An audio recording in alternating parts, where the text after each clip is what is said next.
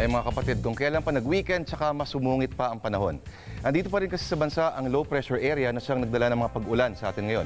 Sa huling tala ng Pag-asa, andyan pa yan sa may kanluran ng Palawan. Ang good news na lang, sabi ng Pag-asa, maliit pa rin na tsansa na magiging bagyo ito.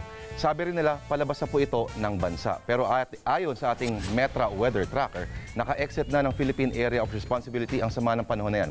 Pero yung mga ulan mukhang hanggang Lunes pa, kaya mga kapatid, ternohan na lang ng jacket at payong ang iyong mga forma ngayong weekend. Apektado ng LPA na yan ng Luzon at Visayas, kaya asahan ng maulan na panahon. Sakop din tayo ng mga pag-ulan dito sa Metro Manila, kaya ingat lang po tayo. Pero maiba tayo mga kapatid. Mukhang hindi nakisama yung panahon sa paglipat ni Gloria kanina. Pero sobra namang suspensyon nangyari. Ayaw sumakay ng chopper. Hindi raw pwede. Masungit ang langit.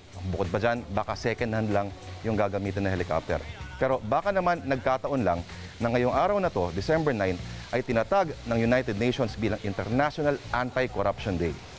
At yan, ang ulat panahon sa ngayon, ako si Lord De Vera nagsabing, sa panahon ng ligalig at gulo, kumonsulta lang sa hairstylist na abogado. Oo nga, nakakapiko na kasing gulo ng buhok ni Secretary Robredo, yung mga plano nila rito sa pag-transport.